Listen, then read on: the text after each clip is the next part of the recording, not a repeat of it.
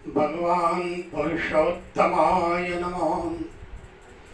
श्री स्वामी समर्थ महाराजाय नमः। गोपाल कृष्ण भगवान।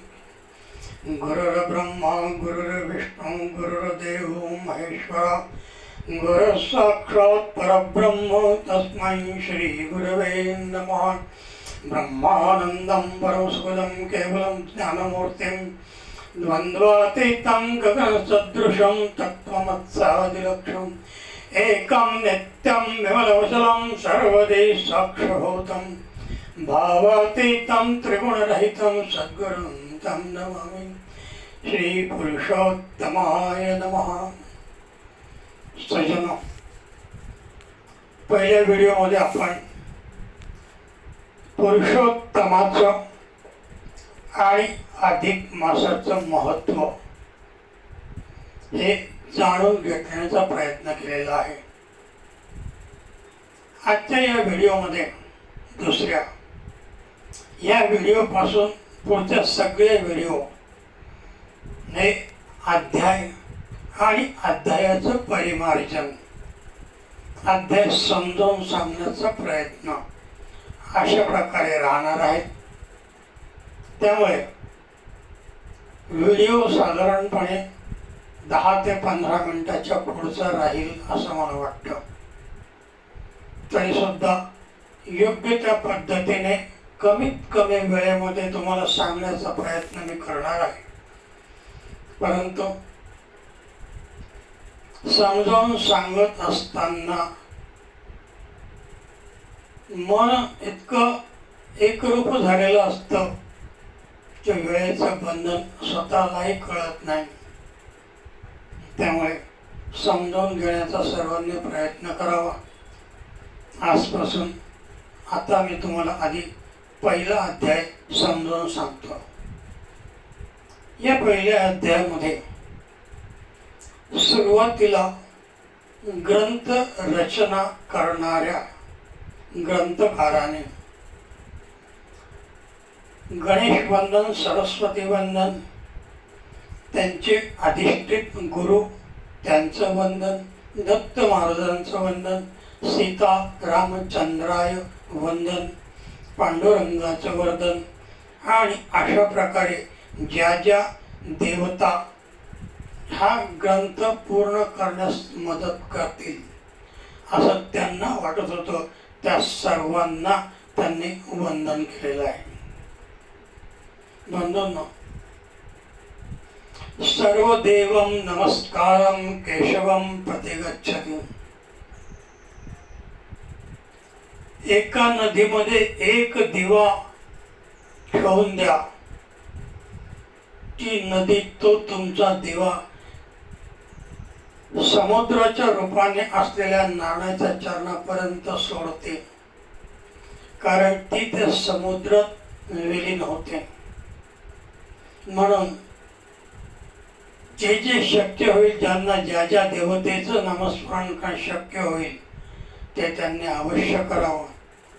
परंतु अधिक मासामध्ये मात्र थोडंसं वेगळं आहे। त्यात आपण हळूहळू सगळं समजून घेणार आहोत। श्री गणेशाय नमः। श्री सरस्वत्यै नमः। श्री गुरुभ्यो नमः। श्री सीतारामचंद्राय नमः। पांडुरंगाय नमः। ओम नमो जय गणराय। एकदंता चतुर्भुजा वर्षपाणी अधोक्षजा अभयध्वज यशाचा ऐसा तो विघ्नेश्वरो ग्रंथारंभे नमस्कारो देवोनिया अभयवरु नेहि परमार्थ ग्रंथः नमो आदि जननी चराचर जिये पासुनी ते शारदा हंसवाहिनी ग्रंथारंभे नमिहली। सांगितल्याप्रमाणे ग्रंथ पूर्ण करण्यासाठी गणपती, सरस्वती, आराध्य देवता या सर्वांचं वंदन केलेलं आहे। आणि हा ग्रंथरूपी धर्मध्वज एका ठिकाणी स्थिर करावा, त्या ठिकाणी परशुरामाचं, त्या ठिकाणी पुरुषोत्तमाचं अधिष्ठान असावं अशी प्रार्थना त्या ठिकाणी केलेली आहे। ग्रंथ तरी हा कोणता, तरी अधिक महात्म्य ग्रंथा बंधू आता निर्धारे. आणि शेवटी सांगितलेलं आहे की हे करत असताना मी अधिक मासाच्या ग्रंथाचं निर्मिती करीत आहे. म्हणून करता हा अधिक मासाचा धर्मध्वज ग्रंथ रूपाने पूर्णत्वाला तुम्ही न्यावा ही विनंती सर्व प्रकारच्या देवदेवतांना केलेली आहे, सरस्वतीला केली आहे, गणपतीला केलेली आहे. परमेश्वराचं अधिष्ठान पाठीशी असल्याशिवाय, त्यांचा आशीर्वाद पाठीशी असल्याशिवाय कोणतेही कार्य सद्बुद्धीने होत नाही. सद्बुद्धी जे करतो आहे ते परमेश्वराला अर्पण करून करणार आहे. जे मिळणार आहे तो परमेश्वराचा आशीर्वाद मी घेणार आहे. आणि हे सर्व मिळालेलं शेवटी मी त्या परमेश्वरालाच अर्पण करणार आहे. समर्थ रामदास यांनी तेच म्हटलंय, ज्या ज्या ठिकाणी मन जाय माझे, ज्या ज्या ठिकाणी मी डोकं ठेवणार आहे त्या ठिकाणी तुझ्या त्या पादुका आहेत, ते देव त्या ठिकाणी अस्तित्वाला आहे. आणि म्हणून अशा प्रकारे या ग्रंथ रचनेला सुरुवात करण्यापूर्वी ग्रंथकाराने सर्व देवदेवतांचं वंदन केलेलं आहे. एक अवसराचे संधी मिळवून या ऋषीमुळींची वांदी, नैमिषारण्य अवधी येथे झाले सत्वर. जे महातपस्वी योगेश्वर महानुभाव तेजपुंज हरिद्वार कुरुक्षेत्र समुदाय से पातळी, शशी समान शीतळता भानू समान तेजाळता, तयाचा आशीर्वाद सत्वता रंकत्व प्रभुत्व भावे. एक सर्व ऋषीश्वर गालव आणि शुकेंद्र नामे सांगता अपार होईल प्रसर ग्रंथाचे. समग्र ऋषी मिळवणे सुद्धा प्रतीक करती प्रश्न श्री कुलू या कलियुगी अन्नगत प्राण परमार्थ साधन कवळे गळे. कदा नसे पै जरी कोणी तीर्थाटन, आधी व्याघ्र शरीर क्षीण संसार धंदा करावा. अवकाश कदा असे शक्ती विण सर्वथा, न वाहवे तीर्थयंत्रा तीर्थपंथा जावे व्यर्थ. तरी द्रव्यता पार स्वगृही करावे धर्मदान, तरी द्रव्य पाहिजे तया लावून, अथवा भगवंती होती अनन्य. तरी गतायुषी प्राणी हर ऐसी असे कवण उपाय, प्राणिया राणी राशी दारिद्र्य प्रणविसी. मग पावे रवरव नरकासी यमयातनेसी अपार. ग्रंथकारक सांगतायत अधिक मासाची सुरुवात झालेली आहे. त्या झाल्या सुरुवात होण्याच्या आधी सर्व प्रकारचे ऋषीमुनी गालव मैत्रेय नाव किती घ्यावे सांगता येणार नाही. असंख्य ऋषी नैमिषारण्यात जमलेले होते आणि त्यांच्या पुढे चिंता प्रश्न फक्त एकच होता, 13व्या मासाला अधिष्ठान कशा पद्धतीने द्यावे. त्या ऋषींनी आपलं हे म्हणणं नारायणासपर वेगळ्या पद्धतीने सांगितलं. हे नारायणा, या कलियुगामध्ये प्रत्येक व्यक्ती स्वतःच्या पोटगीसाठी फिरत आहे. अन्न ग्रहण करणे आणि पोटाची भाकरी पूर्ण करणे, आपल्या कुटुंबाला योग्य ते 2 घास देण्याचा प्रयत्न करणे, याच्यात त्याचा सगळा दिवस जातो आहे. धर्म ज्ञान आणि त्या धर्माची परिकाष्ठा करण्यासाठी त्याच्याजवळ वेळच नाही. इतके करून वेळात वेळ काढून जर त्याने प्रयत्न केला तर त्याच्याजवळ द्रव्य नाही, कुठलं तीर्थाटन करू शकत नाही, कुठल्याही प्रकारे मोठ्या क्षेत्रात तो जाऊ शकत नाही. आणि जरी ते प्रयत्न केले तरी कर्जबाजारी होऊन कुटुंबाची व्यथा तो डोक्यावर घेऊ शकत नाही. मग अशा या अवस्थेत त्याच्याकडे नामस्मरण, चिंतन, धर्म आणि धर्माची स्थापना कशा पद्धतीने करावी लागेल, कशा पद्धतीने होईल, आणि हे करत असताना जर त्याच्याकडनं ते झालं नाही, संकल्प तर केला की मी हे करणार, म्हणून संकल्प स्वतःच्या मनाचे कल्पना शक्ती, ज्याला संकल्प असं म्हणतात, स्वतःच्या मनाची कल्पना शक्ती. मी आज त्या नारायणाच्या समोर, मी आज त्या पुरुषोत्तमाच्या समोर शुद्ध भावनेने, शुद्ध अंतःकरणाने, एकनिष्ठ विचाराने एक तुळशीचं पान तुझ्या चरणावर वाहीन. संकल्प स्वतःच्या कल्पनेने घेतलेला विषय. काय घेतला?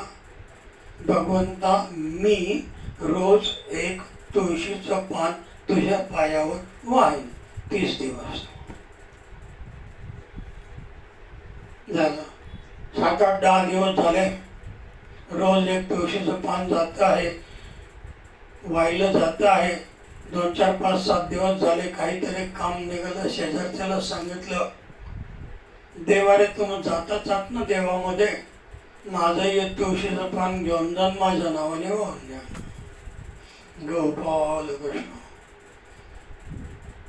सांगितलं काय होतं की मी येऊन वाहीन, मी रोज वाहीन 30 दिवस. 11व्या दिवशी 4थ्याला पाठवलं गेलं, 3ऱ्याला पाठवलं गेलं, दुसऱ्याचे विषयच झाला नाही. असे जर संकल्प आपण केले तर पुरुषोत्तम तर सोडाच सोडा, आपले आराध्य देखील आपल्याला सहकार्य करणार नाही. एकनिष्ठ भावना हवी, दृढ निश्चय हवा. कोण काय म्हणेल, कशा पद्धतीने म्हणेल, हे संकल्प करण्यापूर्वी विचार करा. म्हणून अशा प्रकारे ते ऋषीमुनी त्या ठिकाणी आपलं मनाचं मनोगत त्या ठिकाणी सांगतायत. आणि हे मनाचं मनोगत त्यांनी कोणाला सांगितलं? डायरेक्ट नारायणापर्यंत नाही गेले. नारायणाची सर्वात मोठी कृपा, ज्याला नारायणाने स्वतःला हृदयात बसवलेला आहे, हा माझा शिष्य आहे, हे मोठ्या गर्वाने सांगितलेलं आहे. ते सूत ऋषी. त्या सूत ऋषींना या ऋषींनी आपल्या मनातली ही व्यथा सांगितली. त्यावेळेस सूत म्हणाले, ऋषी हो, ज्याप्रमाणे तुम्ही आज मला विचारलं ना, त्याचप्रमाणे एके दिवशी प्रत्यक्ष लक्ष्मीने नारायणाला विचारलं. क्षीरकन्या, समुद्रकन्या, पोथीमध्ये तिचा उल्लेख समुद्रकन्या असा करण्यात येतो. तर ती समुद्राची निर्मिती झालेली ती कन्या लक्ष्मी, जिचा नारायणाने स्वीकार केला, त्या लक्ष्मीने नारायणालाच विचारलं की देवा, पुरुषोत्तमाचा तुम्ही अवतार तर घेता आहात, परंतु या अवतारामध्ये ज्या मानवाकडनं सेवेची अपेक्षा करतात त्यांची अवस्था कशा पद्धतीने आहे हे तर समजून घ्या. अनंत प्रकारचे दुःख, अनंत प्रकारचे क्लेश, अनंत प्रकारचे प्रश्न, अनंत प्रकारचे नानाविध संकटांच्या मालिका प्रत्येक मानवाच्या पाठीमागे आहे. आणि हे होत असताना त्याला पुरुषोत्तमाची सेवा सोप्यात सोप्या पद्धतीने कशी करता येईल याचा विचार लक्ष्मीने नारायणाला विचारला. एकदा श्री माधवा जवळी प्रार्थिती जाहली कमळाजली. कमळाच्या जलात पाण्यामधून कमळावर बसून जीवर आली ती कमळजा.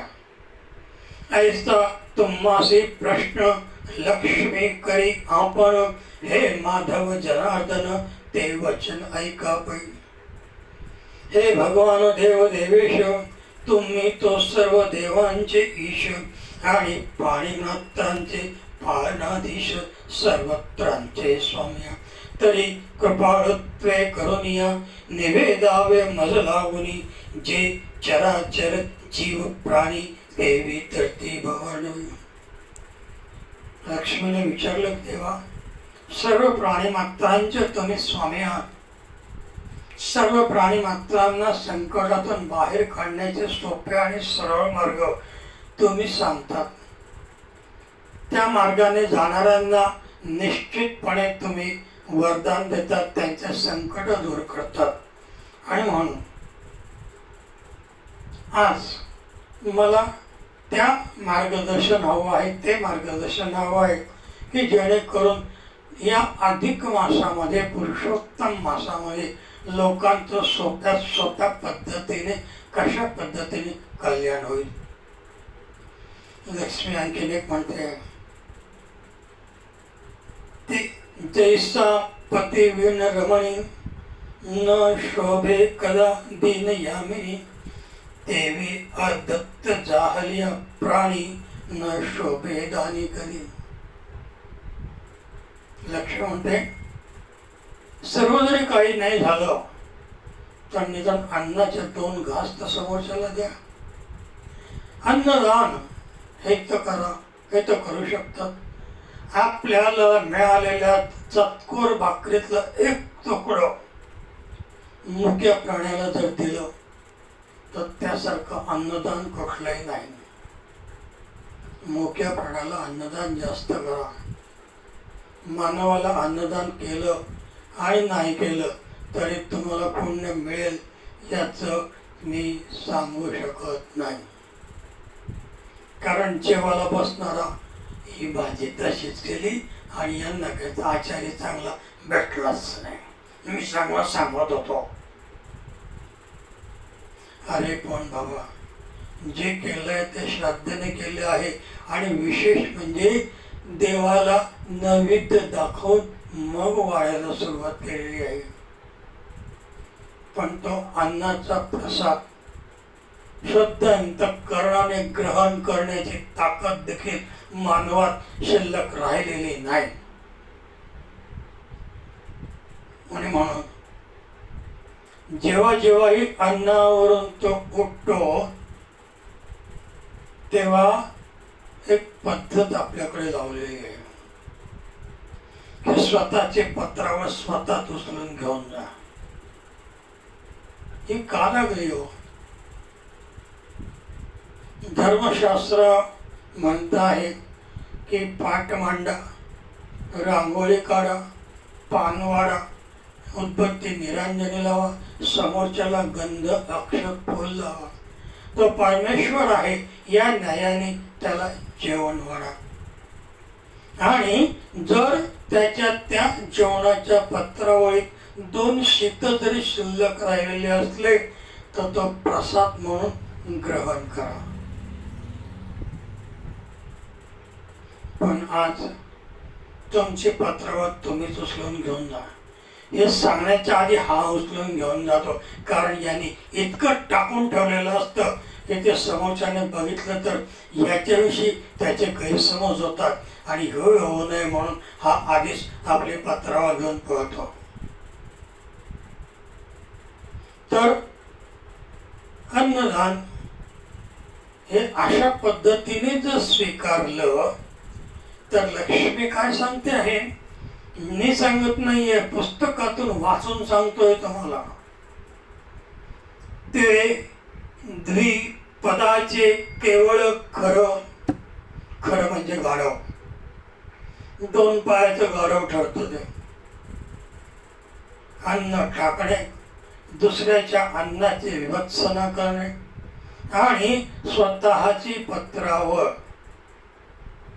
उचलून घेऊन जाऊन त्या कचऱ्याच्या कोंडीत टाकणे,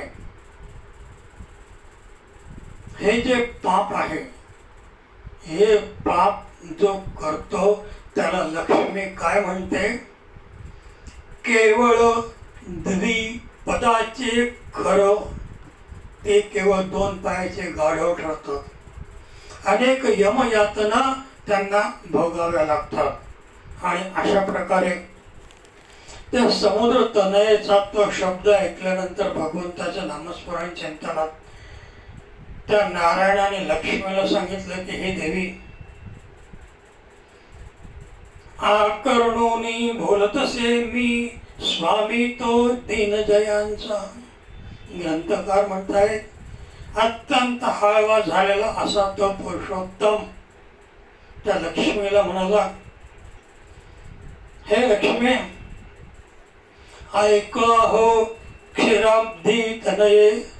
क्षीर म्हणजे पाणी, क्षीर अब्धी म्हणजे ज्या ठिकाणी प्रचंड मोठं पाणी आहे तो समुद्र आणि त्याच्यातून निघालेली ती तनया, क्षीराब्धी तनया म्हणजेच लक्ष्मी.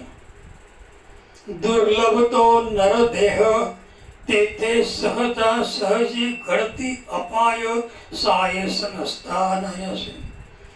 ते कवण म्हणती तारी युक्ता युक्त प्रकार देखी शास्त्री बोलले अनेक ते आवश्यक घडतात.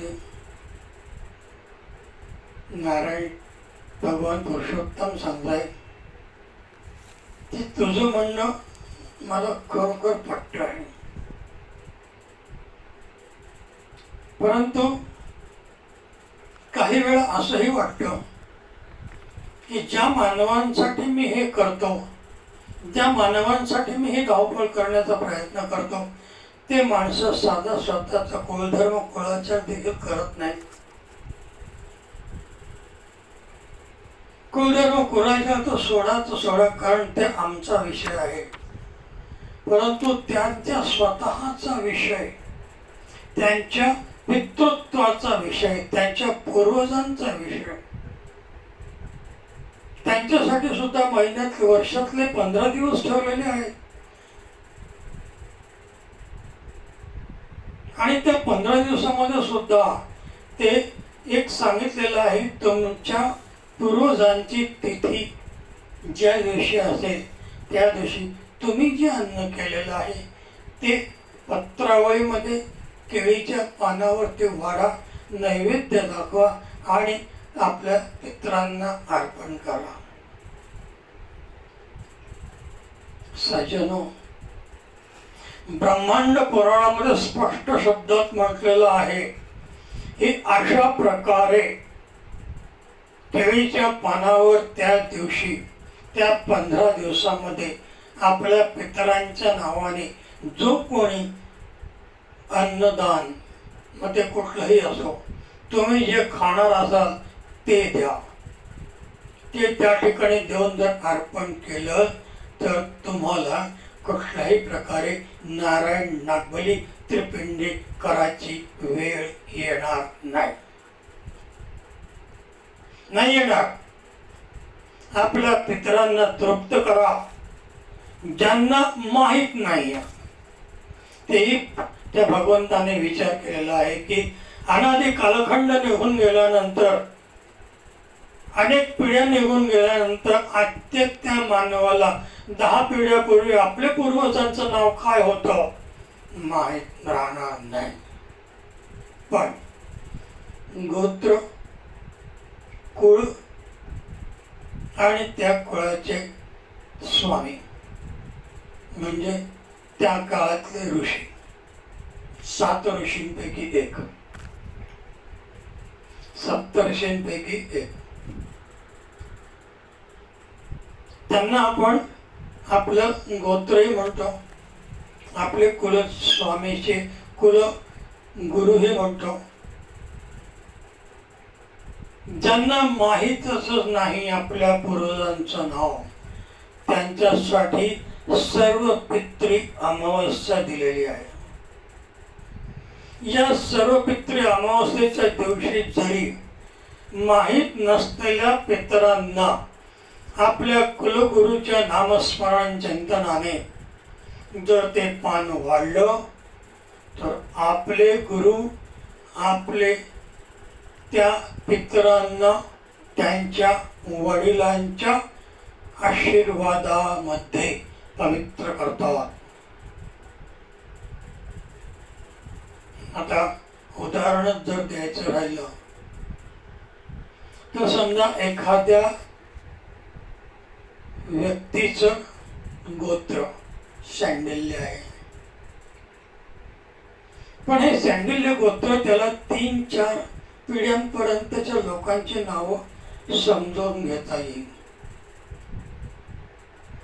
आपल्या त्र्यंबकेश्वरला काही ठिकाणी ती व्यवस्था आहे, परंतु सगळ्याच जगाला त्या ठिकाणी येणं शक्य नाही आहे ना. मग अशा वेळा त्या शांडिल्य गोत्राचे जे ऋषी होते, शांडिल्य ऋषी, त्यांच्यापासून हे संपूर्ण कुल निर्माण झालं, इथपर्यंत आपल्यापर्यंत येऊन पोहोचलं. त्या ठिकाणी त्या कुलगुरूंना त्यांच्या आशीर्वाद प्राप्त व्हावा, आपचे असलेले जे पितृ आहेत त्यांना मोक्ष मिळावा अशी प्रार्थना करा. आणि त्या शांडिल्य ऋषींना तो ऋषीच्या दिवशी सर्व पितृ अमावस्येच्या दिवशी अर्पण करा. सर्व पितरांसाठी तो एक दिवस आहे. नारायण म्हणता की इतकं सोपं देखील ते करत नाही, तर मी त्यांना काय सांगू. तरी पण लक्ष म्हणते की नाही देवा, तुम्ही सांगा, तुम्ही ज्या पद्धतीने मार्गदर्शन कराल त्या पद्धतीने तुम्हाला हे कार्य करायचं आहे. आणि सर्वात महत्वाचं म्हणजे 13वा महिना निर्माण करायचं आहे. त्याचं स्वामित्व कोणी घ्यायचं हे तुम्हीच ठरवायचं आहे. लक्ष्मीची ती प्रार्थना ऋषी मुनींनी केलेली, वेगळ्या पद्धतीने त्यांच्या शिष्याच्या मार्फत केलेली प्रार्थना परमेश्वराने स्वीकार केली. आणि परमेश्वराने स्वीकार केल्यानंतर ऋषी मुनींनी स्वतःना पुन्हा प्रश्न विचारला की देवा, आधी हे तर सांगा की हे एवढं मोठं पापाचं डोंगर झालंच कसं. 3 युग, सत्ययुग, त्रेतायुग, द्वापारयुग, सत्याची आणि सत्याचीच परिकाष्ठा करणारे माणसं त्या ठिकाणी असताना हे निर्माण झालंच कसं. त्यावेळेस त्यांनी सांगितलं की पहिल्या युगात पापाची गणना अत्यंत अल्प होती, दुसऱ्यात ते दुप्पट झाली, तिसऱ्यात ते दुप्पटच्या दुप्पट झाली, म्हणजे 4 पट झाली. पहिल्या याच्यात 1000 असेल तर दुसऱ्या याच्यात 2000 झाली, तिसऱ्या याच्यात 4000 झाली आणि कलियुगामध्ये 24000 झाली. आणि हेच 24 नावं परमेश्वरांनी याचा विचार करून 24 नावांचा स्वीकार संकल्पाच्या आधी करावा लागतो. ओम केशवाय नमः, नारायणाय नमः, माधवाय नमः, 24 नावं. ही पापाची गणना प्रत्येक देवतेने त्या ऋषी नारायणाने घेतलेल्या अवताराच्या माध्यमातून आपण आपल्या मनाला शुद्ध करतो. तेव्हा ते म्हणतात की त्या सर्व 3 युगांच्या माध्यमातून हा 4था युग कलियुगाला स्थापना करण्यासाठी 13वा महिना प्राप्त करून घ्यावा लागला. आणि त्याचं स्वामित्व देखील मलाच घ्यावं लागलं. ते म्हणतात या मासाचे महिमान ऐके होनिया सावधान, मला मास प्राप्त झाले या जान, मांगल्य विधान लोपते. मलमास घाणेरडा पापानी युक्ताचा डोंगर, कोणीही त्याला स्वीकारत नव्हतं, कोणीही त्याचं कार्य करत नव्हतं. विवाह कार्य, मौंज, जाओळ हे चांगल्यातले चांगले विधी देखील त्या ठिकाणी बंधन घालून देण्यात आले होते, बंद करून टाकले होते. त्या मासामध्ये कोणीच काहीच शुभ कार्य करत नव्हतं आणि त्या मलमासाला त्याचं स्वतःचं अस्तित्व सिद्ध करण्याची संधीच मिळाली नाही. मग अशा त्या परिस्थितीमध्ये ऐकून ऐसे उत्तर बोले लक्ष्मी प्रत्युत्तर, कवन विधी कवन प्रकार, कृपा करून सांगावे. त्यावेळेस त्या परमेश्वराचं अशा प्रकारचे विधान ऐकल्यानंतर लक्ष्मी म्हणाली की हे देवा, तुम्ही सांगा ना आता कशा पद्धतीने करायचं, काय करायचं, कुठे जायचं, कोणाला शरण जायचं, कोणाची प्रार्थना करायची, कोणाचं नामस्मरण चिंतन करायचं, तुम्ही सांगा, कृपा करून सांगा की जेणेकरून मानवाचं कल्याण होईल. तव बोले नाथ कृपाळू, यथाक्रम निवेदावा, अध्यापन विधी भरवा, जे पूर्वी केशवा पोचले. नारायण म्हणतात, सर्वप्रथम अगोदर हा मलमास कसा निर्माण झाला हे मी तुम्हाला सांगितलं. तिघही युगांमधून जवळ जवळ जमा होत गेलेलं ते पाप एका ठिकाणी आलं. त्याचा डोंगर झाला, मोठा मास झाला. 13व्या महिन्याला जागा राहिली नाही आणि पुरुषोत्तमाने त्या मलमासाचा केवळ मानवाच्या उद्धारासाठी, मानवाच्या इच्छाशक्ती पूर्णत्वाला नेण्यासाठी हा 25वा अवतार घेतला. पुरुषोत्तम 24 नावात नाही आहे, 25व्यात आहे. 25वा पुरुषोत्तम. आणि हा पुरुषोत्तम त्या मासाचा स्वामी झाला. ज्या मासामध्ये जे जे कार्य हा व्यक्ती करेल, शुभ कार्य करेल, ज्या नामस्मरण चिंतन करेल, त्या सर्व त्याच्या इच्छा आकांक्षा मी पूर्णत्वाला नेईल, हा आशीर्वादही त्यांनी त्या ठिकाणी दिला. परंतु हे करत असताना नारायणांनी सुद्धा काही अपेक्षा आपल्याकडनं ठेवलेल्या आहेत. चुकीचं नाही आहे. एक हाताने द्यावं लागतं तेव्हा दुसऱ्या हाताने मिळतं. देताना शुद्ध अंतःकरणाने दिलं तर येताना त्याचं 1000 पट कार्य वाढून आपल्यापर्यंत येतं. तर नारायणाने त्या ठिकाणी सांगितलेलं आहे की न कळता तीर्थस्नान, न करे बंधन आवरण, न करे जप ध्यान, तयासी काय कारण.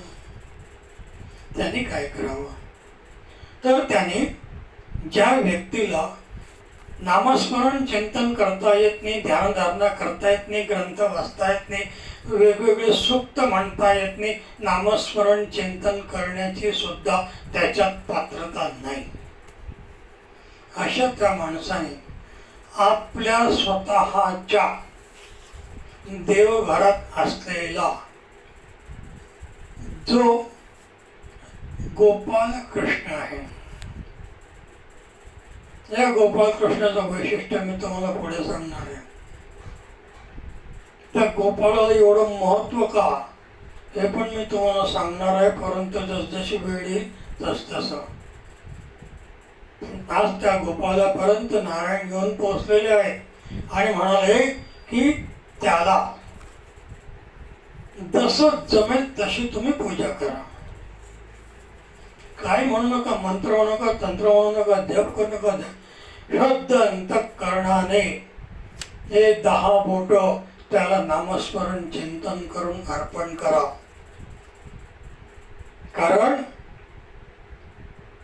परमेश्वर सांगतायत की जर आपल्याला आपलं कार्य साधून घ्यायचं असेल, योग्य त्या पद्धतीने कार्य करून घ्यायचं असेल, तर काही गोष्टी आपल्याला समजून घेणंही गरजेचं असतं.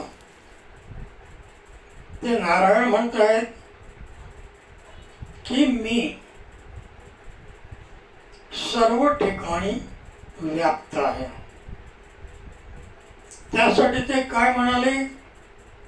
ब्राह्मणस्य मुखमासीत बाहु राजन् त्रेतः. ब्राह्मणाच्या मुखातून, तर ब्राह्मण म्हणजे कोण? गळ्यात जाणवाला नाही. धर्माचं रक्षण करण्यासाठी स्वतःच्या जीवाची पर्वा न करता दुसऱ्यांच्या दुःखात सामील होऊन त्यांचं दुःख दूर करण्यासाठी स्वतःचा आत्मा आणि जीव अर्पण करणारा जो आहे तो ब्राह्मण आहे. तो हिंदू आहे एवढं मात्र नक्की. आणि हे करत असताना नारदांनी अगदी सुरुवातीला सांगितलं, हरि ओम ब्रह्मा विष्णू महेश्वरः त्रिकालज्ञ सर्वज्ञ भूत प्रेत पिशाच शाकिनी डाकिनी सह सकल दुष्ट ग्रह निवारणाय. असा मी सर्व ठिकाणी व्याप्त आहे आणि सर्व ठिकाणी व्याप्त असताना मी सर्व ठिकाणी व्याप्त असताना सुद्धा 10 अंगुळे शिल्लक राहतो. प्रतिष्ठित दशांगुले, 10 अंगुळ शिल्लक राहतो. सजन याविषयी 10 अंगुळ शिल्लक राहतो हे फक्त पुस्तकात आपण ऐकलेलं आहे, परंतु याच आपल्या भूमीमध्ये धुळे शहरामध्ये स्वामी समर्थ केंद्र शिवाजी रोड धुळे या केंद्राची स्थापना ज्यावेळेस होणार होती त्यावेळेस ब्रह्मेभूत दादांच्या आशीर्वादाने एक जागा शिवाजी रोडची मनपाच्या कृपेने आपल्याला मिळाली होती. भला मोठा खड्डा त्या ठिकाणी होता. सर्व प्रकारचे सेवेकरांनी त्या ठिकाणी विचार केला की आता ट्रॅक्टर बैलगाड्या जे जे साधन मिळेल ते साधनामध्ये माती भरायची, तो खड्डा भरून काढायचा. ही गोष्ट दादांना कळाली. दादा म्हणाले अजिबात नाही, ट्रॅक्टर येणार नाही, बैलगाडी येणार नाही. प्रत्येक सेवेकऱ्यांनी स्वतःची एक पाठी घ्यायची, नदीकाठी जायचं, वाळू भरायची, माती मिळायची, दगड विटा जे मिळेल ते आणायचं, स्वतः टाकायचं. एक कनिष्ठ सेवेकरी होते. स्वतःच्या जीवाची पर्वा कधीच कोणी केली नाही, कारण दादांचा आशीर्वाद होता. तर पहिल्याच दिवशी जवळजवळ 300-350च्या वर सेवेकऱ्यांनी येणाऱ्या जाणाऱ्या प्रत्येक व्यक्तीने एक पाटी माती त्या ठिकाणी आणून टाकावी असा विचार केला. पहिल्या 10-15 जे सेवेकरी होते त्यांनी त्या पाट्या डोक्यावर धरून तिथे आणल्या. जसेही खड्ड्यात उतरले तो मधोमध एक औदुंबराचं रोपटं उभं होतं.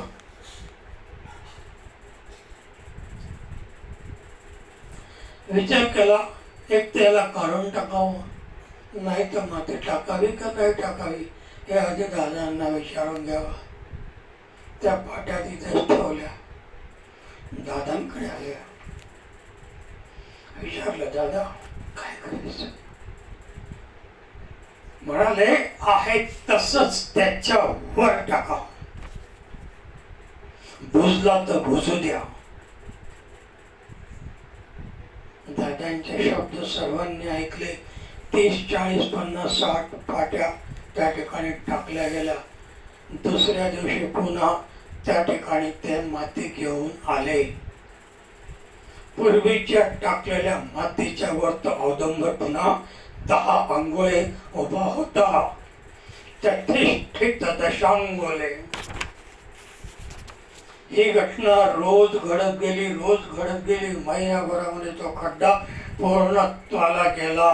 पण औदुंबर जमिनीपासून वरपर्यंत तसाच वर आला. स्वयंभू औदुंबर होता. दादांनी त्याचे मौंज केले. मौंज करतांचे सद्भाग्य मलाही लाभलं. तर सांगायचं तात्पर्य हे आहे की 33 दशांगुळे शुद्ध अंतःकरणाने परमेश्वराला नामस्मरण चिंतन करून शरण जाणाऱ्याला कुठल्याही प्रकारे स्वतःची श्रेष्ठता सिद्ध करण्याची गरज पडत नाही. आणि जो सिद्ध करण्याचा प्रयत्न करतो त्याला परमेश्वर आपला कधी म्हणत नाही.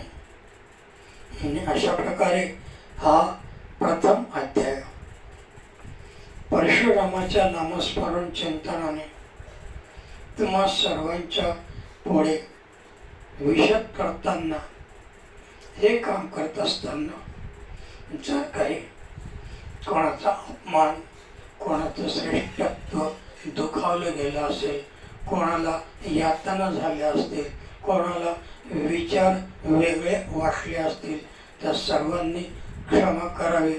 परंतु सत्याच्या सामोरे प्रत्येकाला शेवटी जायचं आहे याचं भान सर्वांनी ठेवावं. आणि भगवंत या ठिकाणी शेवटी पुन्हा सांगतायत की प्रातःकाळी उठून माझं नामस्मरण चिंतन करा. यश प्राप्ती तुमच्यासाठी अवश्य राहील.